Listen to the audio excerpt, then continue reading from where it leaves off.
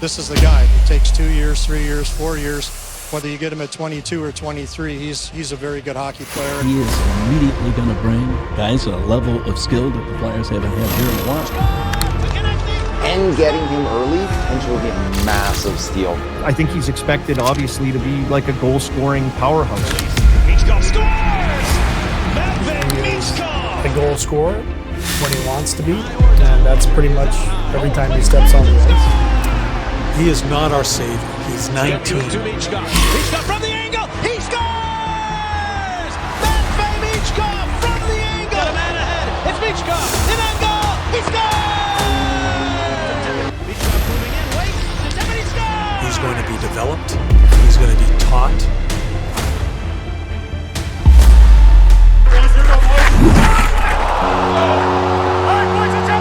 What's up, boys? Welcome back to the channel. Today we're taking a look at the other rookie in the NHL who is making noise for that Calder Trophy. Yes, we're talking about Matvei Michkov today. We're going to take a look at his highlights, if you want to call him that. I'll give you my take on that when we get to that point in the video. But yeah, we got to talk about him because he's ripping it up over there in Philadelphia. And although I am decked out in Philadelphia gear today, do not read too much into it. All right, I'm a Sharks fan. You guys know this. But Philly was one of my favorite teams growing up. So today we have got to rep for the Flyers because it's been impressive to watch how things have shaped up over the last year for the Flyers. Last night's or yesterday's game against the Bruins, that was interesting. So yeah, we have to talk about what's going on in Philadelphia with the rookie who is making that crazy push for that Calder Trophy. If you are new to my channel, do me a solid and hit the like button, hit the subscribe button, turn those notifications on because we're talking about the NHL all year long, and into the future we're talking about other things as well. So I hope you stick around for that. But like I said, we're talking about Matvei Michkov, so let's go take a look at his stats this far. All right, Matvei Michkov, who was drafted, I almost want to say first overall, but I had to catch myself there. He was drafted 7th overall in the first round. If you had a team in that race in last year's draft, a pick from 1 to 10, you might have thought you might have had a chance at Michkov. I thought that was the case for my San Jose Sharks, but given his situation with ties to the KHL and being in Russia, no one thought he was going to make the NHL or make it over to the States in time anytime soon. I think we were guessing, the majority of people were guessing it'd probably be 3 years before we saw him in the NHL. So a lot of teams passed on him, like my San Jose Sharks did.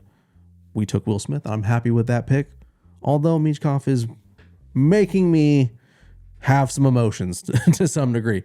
But nonetheless, Michkov made his way over to the States this year, surprising a lot of people, making the trip for sure and making the team out of camp.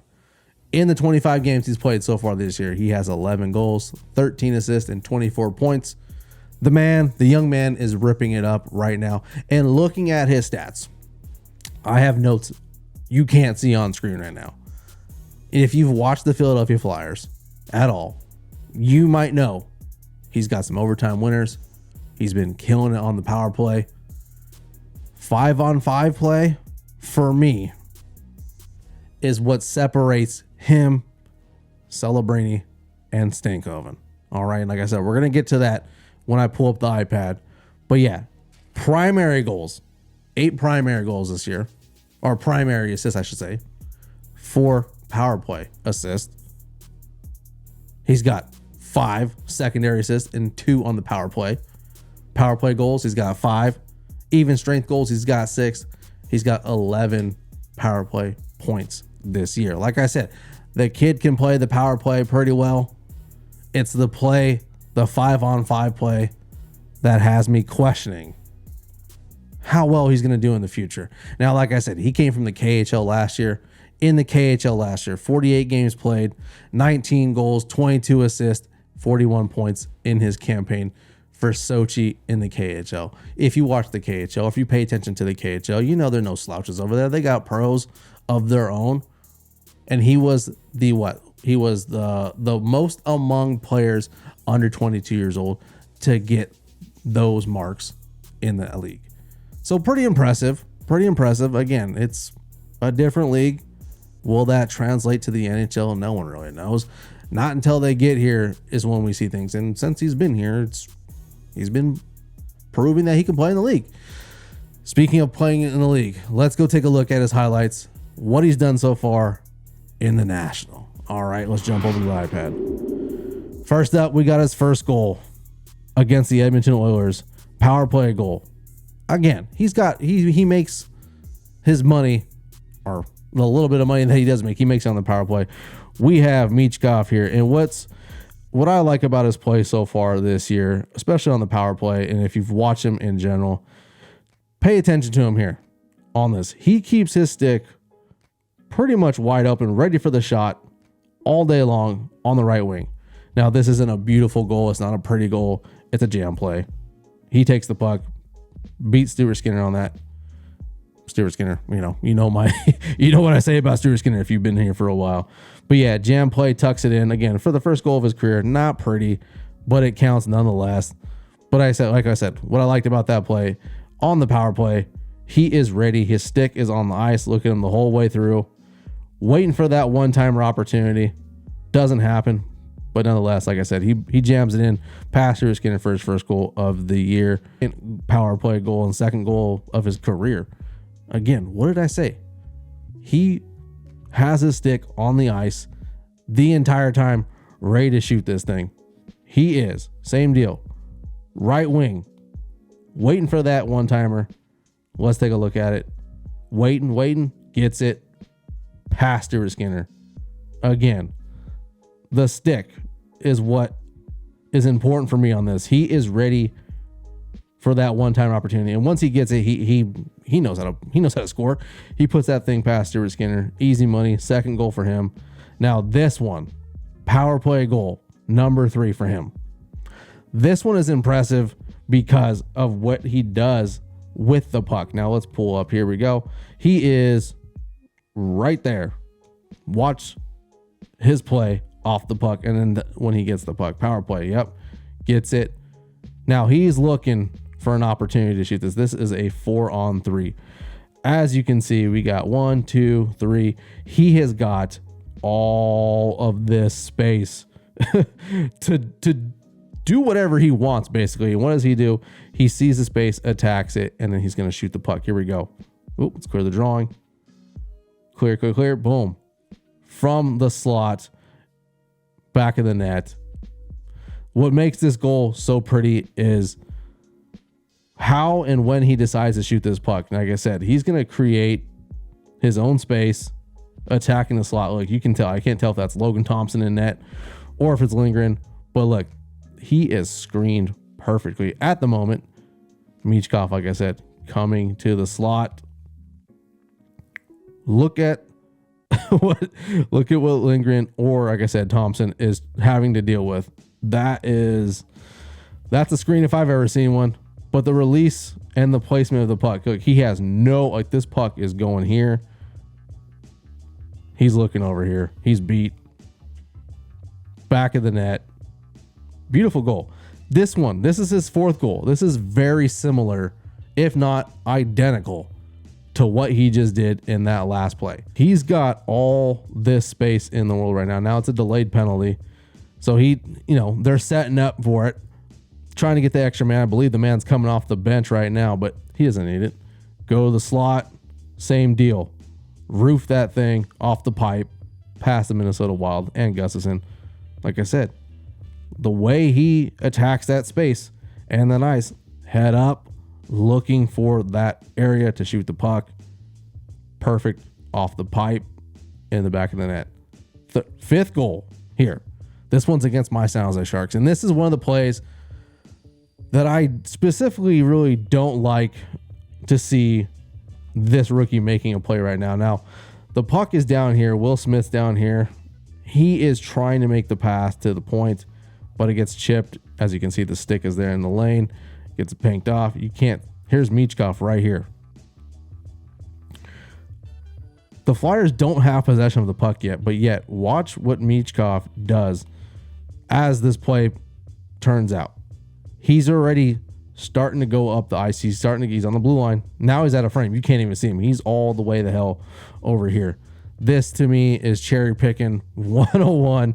Although it does work out in his favor for a rookie, I wouldn't want to see my rookie leaving the zone just yet. Again, it worked out in his favor, but this, what you'll see, this pass can easily get picked off here, and it would be an odd man possession for the Sharks in the offensive zone.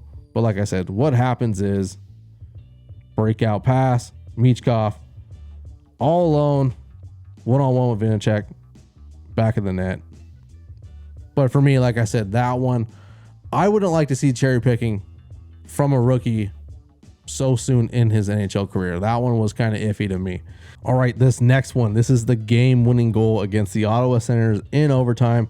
And what I like about this play specifically is the space that he finds to make this play and the shot, the angle of this shot. He's not in frame just yet. Here we go. We'll let this thing rock. There he is. Right there. The puck is coming up the boards. What does he do? He goes behind the defender to the space. So he'll rotate his head. If you watch him, he'll rotate his head a little bit here, or he'll rotate his whole body, I should say, and he'll find that space. Slips past the defender. Again, he's down here. Everyone's looking this way. Puck's going to him. The angle of the shot. Look, I'll zoom in. There is micro space here for this puck to go in. But he sees it. Boom. Banks it off Ullmark. Ullmark's pissed. We've seen that 100 times.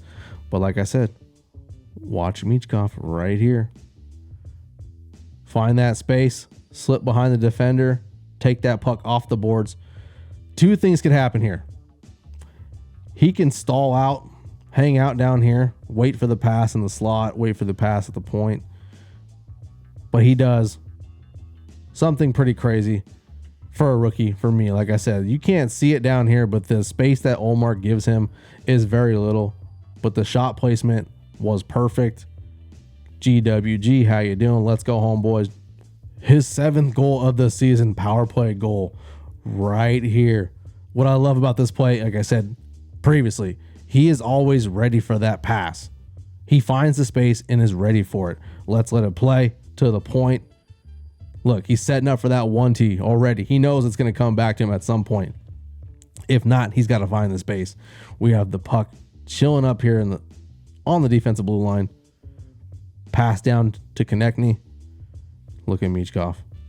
All alone. His stick is ready. He is like, give me that damn thing. I'm going to bury it. Waiting. Pass through the crease. Back of the net. Let's go. OT winner again for Michkov. I got to say, although this goal was easy money for him, looks like a tap-in, I got to say Konechny's pass was the thing that made this thing happen all year. Look at that. Sauce across the crease. Tickling the twine, back in the net. GWG. Let's go home, boys. His goal against the Knights. What I love about this kid right now on this play specifically is that he pays attention to the play even after he makes kind of a shitty pass. Here he is behind the net right here. He's looking for that slot pass, trying to draw the defenders to him. He gets it there, kind of half-assed to be honest. But what he does after he makes the pass is he sticks with it. He's watching the play and looking for that potential rebound or that backdoor tap in. Look at him. He had his head down. He's like, it's coming my way. I know it's coming my way. Obviously it doesn't, but he goes to the space where he thinks it's going to go. He got 2 players behind the net, or in front of the net, I should say, but he's going to go right there in the slot. Look for that pop out or that breakout pass. There it is. No one has a stick in the lane. Back of the net. Look at him. Look at him hunting for that thing. Right in the slot. Boom. Back of the net. Easy money. This one here. GWG in overtime. Again, this is one of the plays I don't like about his play so far. Cherry picking is very dangerous, especially in overtime and especially in the National Hockey League. He is right here. He's going to make a play or try to make a play on this. Stick in lane. Doesn't work. And now, if you're looking, and this is St. Louis, and they're no joke to play with at the moment right now. But you got 1, 2, 3 players pretty much right below the dots, or not below dots, on top of the circle, and you got Michkov all alone up here. If this didn't work out in his favor, you've got basically a 1, 2, 3 on 1 right here. That would have been a really bad look for him. Again, he got pretty damn lucky on this play. Little chip out, breakout pass. He's got a one-on-one with Jordan Binnington, who's going to be repping Canada in that Four Nations face-off. Forehand, backhand, back of the net, crash into the boards. Game over. Board the plane. Let's go home, boys. Whew. The kid doesn't just score goals, he can make the pass as well. We have a 2-on-1 here against the St. Louis Blues in that same game. He's got 2 options. He can, 1, shoot the puck on Jordan Binnington and hope for a rebound. 2, Owen Tippett on the back door. Or he can just hold it out and wait for that passes, which is exactly what he does. But what's crazy about this play is watch this right here. Watch his little stick move right here. Well, did you see it? Let's go back. Here comes the defender's stick out of this frame right here. Watch him pull the puck back just slightly, just so he can give himself enough time and space to make the pass. There's the stick. He's pulling the puck back. Now it's gone. And you have Owen Tippett on the back door. Easy goal for Owen Tippett. Here's another angle. There's that stick. Boom. Tap in. Easy money. Beautiful pass. Really beautiful pass. Here we are talking about the Buffalo Sabres in this highlight, because this one's a freaking bad one. We got a 4-on-4. We got Michkov down here. This is one of those other plays I'm kind of iffy about. Another cherry picking example. He's at the high slot area looking for that chip out breakout pass. It does not happen. He sees the puck. This is where I want to see him reset. I would love to see him stop right here, get reset. He's still kind of gliding around. He's out of the zone. He's not even in the play anymore. This is also a bad play by the Buffalo Sabres. If you're really looking at it, this player should be rolling back, but that's not what we're here to talk about. We have Michkov down here outside the blue line, or right on the blue line. He's not even in the frame anymore. This is a bad look for the Buffalo Sabres. 1, 2, 3, 4. Really bad look. Michkov is already out of the zone. He's gone. Pass gets broken up. Michkov 2-on-0. Looking back for Konechny. Devin Levi's like, shit, I am in trouble. Love the fake shot. Love the fake sell. Looking at where he's going to shoot the puck and dump off to Konechny. Back of the net. Easy money. Head up. Waiting for his homie. Oh my God. Back of the net. Easy money for Konechny. This is yesterday's power play goal against the Bruins. Michkov right here. Backdoor right wing. Waiting for that pass to come through. Goes to the point. What does he do? Go to the slot. Go to the space where the puck is going to be.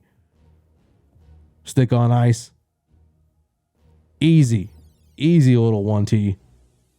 Beats Jeremy Swayman. Same game against Boston. Boston's having some defensive struggles on this one for sure, because you have Michkov all alone. Watch what he does on this play right here. No one touches him. No one picks him up. He's just floating around. There he is in frame. Go to the space. Go where the puck is going to be. Crashes the net. Look at that. Backdoor all alone. Tap in. Easy money. Again. Look at the play. No one's around him. Back of the net. Easy freaking money. The kid can play for sure. Like, hands down, I'm not even worried about this kid scoring goals. He's done that. He's proven that already. What worries me for him is the leaving the zone early, the cherry picking, that stuff. For me, I'm surprised Torrell's letting that stuff slide. Granted, it's worked out in his favor so far. It's when it doesn't work is what worries me. And players in the league are going to catch on to that. Like I said, great player for sure. To me, his play is not super sexy. It doesn't say superstar to me. If I have to compare him to a player in the league, so far, he's reminded me a little bit about Barkov. That's the only player I can really pin it down on right now. If you look at Celebrini to me is a way more entertaining player to watch. We're not judging the Calder Trophy on who's a more entertaining player. It's about player who's produced. And if Celebrini didn't get hurt in the beginning of the year, this race might be a lot tighter than what it is right now. But right now, Michkov is leading the way. Like I said, the kid can score goals. Can this last? Because I said, those plays aren't going to work all the time. The power play, he might find his money on the power play for sure. But the 5-on-5 play for me right now isn't super impressive. Like I said, if you're new to my channel, do me a favor. Hit the like button, hit the subscribe button. If you think I'm smoking something that I shouldn't be smoking when I'm talking about Michkov, let me know down in the comments. Let me know how you're feeling about your boy over there in Philadelphia. Let me know what you think about this race. Like I said, it's not a sexy play for Michkov, but he's producing. And that's all that freaking matters. So yeah, I will catch you boys in the next one. Peace out, homies.